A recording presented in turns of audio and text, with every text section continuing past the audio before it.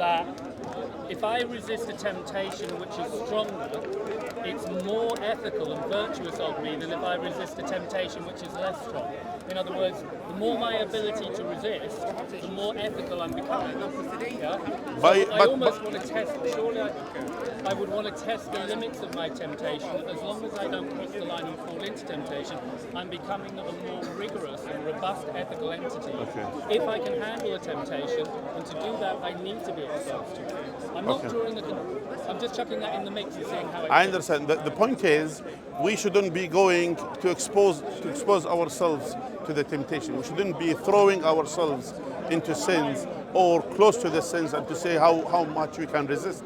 The point is, we need to distinguish between two things. First of all, me living my life, dealing with people in my own life, and things to be exposed to me, or me go to search about certain things just out of curiosity or whatever, and then after that it could lead me to go astray. So those are two separate things. First of all, I will live my life. I will work, I will study, I will do whatever, and then if I'm exposed to certain temptation, here is my resistance and here is my test. And people, they gain certain, for example, tests in their life. Some people, they will say, okay, and I know, for example, a brother who I know, he said he traveled to one country, and then to one of these countries, and then he said, I went out, I got my hotel room, and then the key, and I went out, I came in, and I found naked women on the bed. He said, I didn't request for her, I didn't call her, I didn't ask her, but they kind of, in that area or whatever, they do such service. He was tempted. Now he is in this test.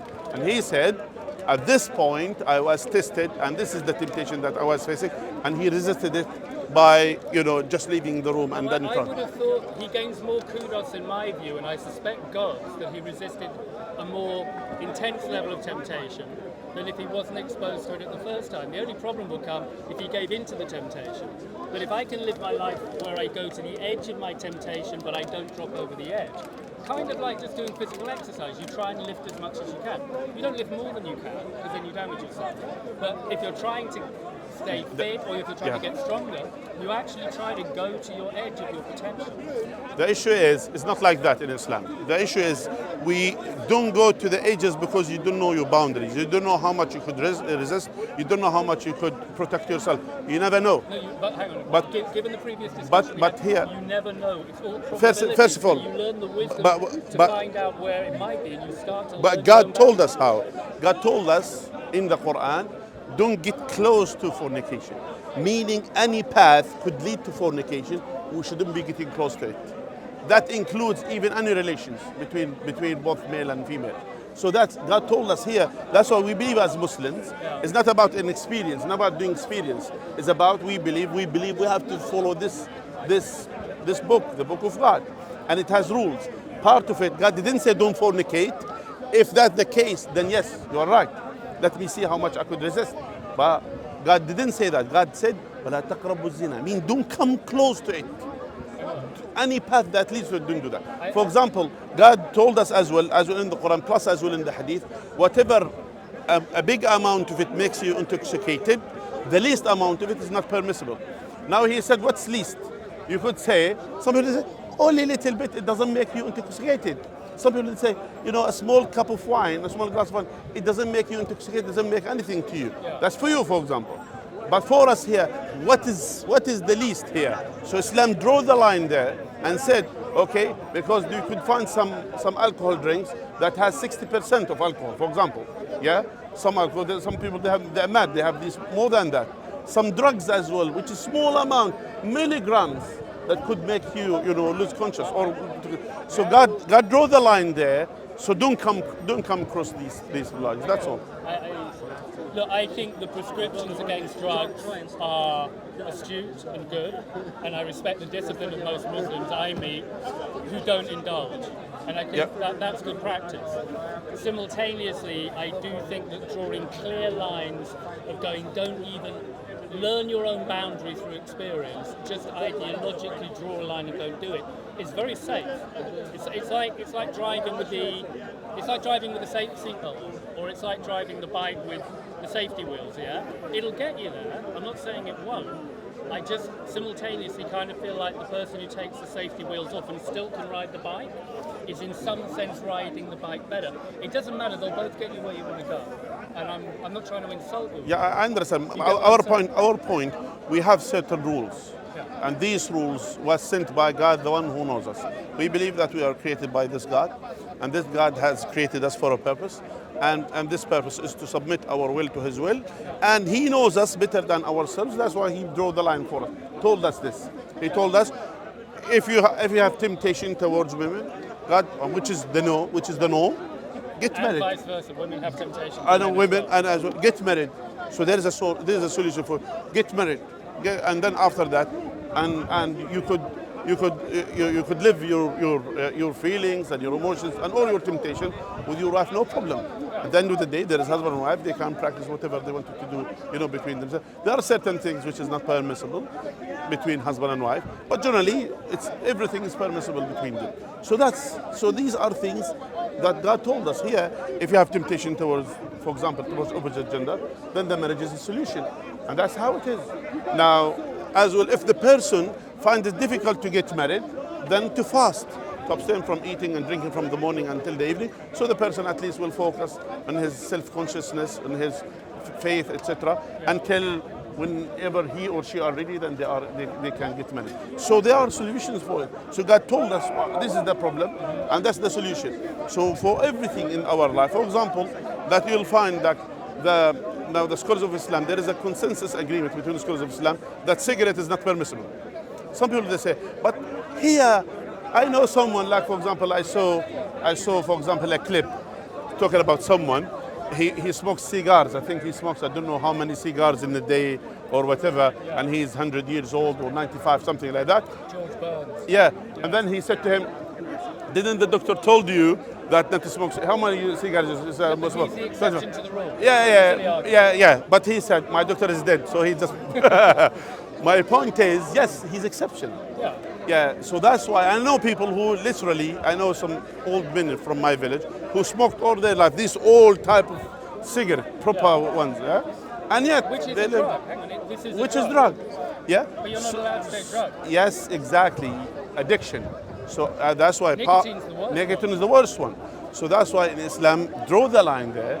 So you don't come anything that's harmful to your body, that's harmful to the others, that's harmful to the environment as well. We are not permissible to do. It's a good idea. We are not allowed to hunt animals for the sake of hunting. We are allowed to hunt for the sake to eat. Otherwise, we are not. Yeah. So just only to survive and eat, no problem. You may hunt. Otherwise, you can't.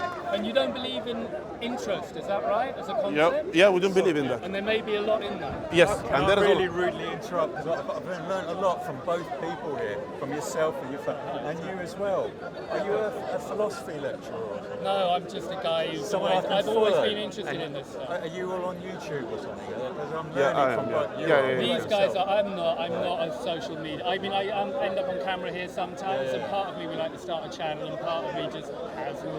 I thought the dialogue was great there. So you know, Yeah, we have a it's, dialogue. it's nice and It's been balanced, constructive. With Sabura, it often is. It's really good Yeah. when you can get a dialogue going. Yeah, we try our best to keep a dialogue, to keep a good conversation. At the end of the day, our point here and our idea here, first of all, to call people to Islam, and as well, and to explain Islam, to introduce Islam to the others, to know what is Islam about, yeah, including the one who have a discussions with us, or even on the camera, so people will learn about the faith, our faith of Islam, yeah. So that's why you will find as well, no problem. All right, look after yourselves.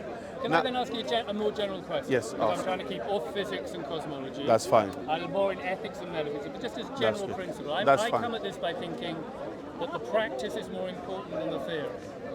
Okay?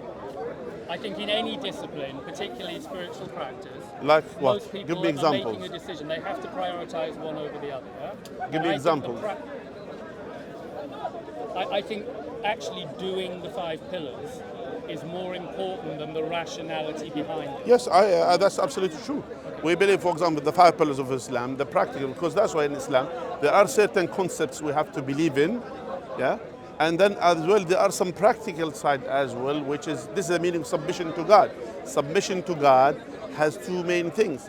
First of all, or has 3 main. Firstly, to believe in the heart about His existence, about His oneness, about that He is the only one worthy of worship, yeah, and to submit to him. And this is in the heart. And as well to testify this with the tongue and to implement this with our limbs. Includes the 5 daily prayer, the fasting the month of Ramadan, being charitable, doing the righteous things, abstain from the evil things. So this is how it is. And to live in harmony with everything, around us. And that's why you'll find, for example, I believe, have you visited Spain, for example? Huh? I have in the past. Yeah, for example, you could see that always that the societies, the Muslim society, is about, for example, green, water, things like that. It's about to live in harmony with the things, with everything surrounding us. It's exactly the same thing. Basically, to build, not to destroy, to build and to utilize whatever everything in the nature, to utilize it in the best way, in a harmony way, but rather than just to destroy and as well producing pollution and destruction on earth. And Allah confirmed this in the Quran as well. Part of the verses in the Quran that ظهر الفساد في البر والبحر بما كسبت أيدي الناس. That meaning the corruption appears on the earth and on the sea, what the people have done, what they have committed. The corruption could be the corruption in the faith, and as well some scholars they said even corruption including, for example, pollution, including destruction on earth. This is because of what the people have done, and that's why look like there are many animals that they've been terminated from here because of what? Yeah, because of what? Because of the people hunting and people the pollution that we've done. So Islam is against that. And as well, all of the ideals you're listing, I think, are admirable, and I agree with. Okay, then. I agree with the ideals, and I see great merit in a lot of the practice, the 5 pillars certainly, which I think are done in other religions. This is my point. I'm a universalist, okay? Yes, sir. So I can't help but notice that virtually all religions kind of do the 5 pillars. Yeah, there are some certain common things, but here we have to understand which way is the truth. If there is one God, there should be one true faith. Which faith is that true faith? This is the question which we have to ask ourselves. And if you believe the practice is more important than the theory, then if you've got, part of the first, by the way, the first pillar in Islam is the testimony, to testify none worthy of worship except Allah, and to testify that Muhammad is Rasulullah. It's not this here a testimony that confirms your faith in the heart and submission with you by your tongue that you are ascribing to Islam, yourself to Islam. So this is the first pillar in Islam. So that's why when you say the 5 pillars, that's the first thing. To subscribe to Islam. I know. I as a universalist interpret that all religions are tapping into God to some degree, including Islam. Okay, that's where I'm at. I don't want to misrepresent where I'm at. By the way, did you see some videos by Jeffrey Lang? Jeffrey Lang? Yeah, from America. About what? No, I don't think so. I think he was the head of Atheist Society in the past. Okay. He's a professor, and then later on I've heard the name, but I'm not aware. Just you Google him. He embraced Islam, and actually, this man, he has done a lot actually, and as well, he said a beautiful statement. He said, when you read the Quran, and the more you read and understand the Quran, you will come to 2 things. Either you say, this book doesn't exist, and ignoring it, just it's not there, just live your life. And if you know that it exists, it's true, then in that case you have to submit to what is in this book. Well, then he's wrong, because I'm in a 3rd position. Sorry. So that's why actually see some of his lectures. See, maybe just Google him, see some of his lectures. See his journey to Islam, what brought him to Islam. You could see that at least this man, he was a scientist. He's someone, I think he's a mathematician. I don't know if that's true. As far as I know, he's a mathematician. Well, I'm 100 pages Is he a mathematician, Jeffrey Lang? Jeffrey, I don't know. Yeah. By the way, 100 pages into the Quran. Okay, good. My universalist convictions are just getting stronger. My respect for the practice is increasing. My respect for the theory is, no offense, decreasing a bit. That doesn't mean I don't think there are very good core principles. So just Google. It's the peripheral ideas I have more problems. Just Google him, Jeffrey Lang, today. Debate's very serious. I was a Hello. good just Yeah. Hi man, nice to see you. Yeah. Like the flag. I'll be 1 minute. Yeah. Just Google him and see his journey to Islam. Just see, it's an interesting journey. He was in the same position as you are. You know what? We could do a trade. I'll look up who Give me the Jeffrey name. Lang. Jeffrey Lang. Yes. Can I recommend a guy to you Yeah, that's him. who is more political, and his name is Daniel Schmattenberger. Now he's got more of a kind of a political eco-agenda about the meaning crisis and how to deal with the world's problems. Okay. And I could send you a half-hour Q&A. I find him hugely impressive, and a number of other people I respect. What's his You might name? like Daniel Schmattenberger. Daniel But Schmattenberger. insofar, yeah, him. Okay, he's been on Lex Friedman's podcast for 4 hours. Lex said it was one of his best. Is he from Germany? I'm not sure, but he's very interesting, and he speaks to the problem of interest. He identifies the compulsion of interest as being a fundamental. I remember problem him. I that remember. overlaps with. I remember him. Yeah. And actually, I was at that time. I think one of university invited him over, and literally he was literally standing with Islam concept about interest. Yeah. That he said the interest literally this is the Yeah, destruction. you have a And real overlap on that. yeah, and actually I remember, and he was literally introducing part of his statement. I think he mentioned that Islam as well, which literally doesn't introduce interest, Yeah. and that's he said, and that's a solution for the society and for the economy, which is we agree. That's we believe in. That actually the interest is the destruction of the economical system. That's true, and Allah confirmed this in the Quran. وَيَمْحَقُ اللَّهُ الرِّبَا وَيُرْبِي الصَّدَقَاتِ. Allah will destroy interest and usury. It will be destroyed sooner or later. And Allah will يُرْبِي الصَّدَقَاتِ, meaning Allah will enrich the charity and donation for His sake. So that's something that goes as well with the understanding of Islam. Listen, I really good chat with both of you. Thank I think you. we found a lot of common ground. I Thank think you. it's constructive to everybody. So- And I'd love to chat more. All right. Can we off camera first? No problem. That's fine. great. Thank you very much.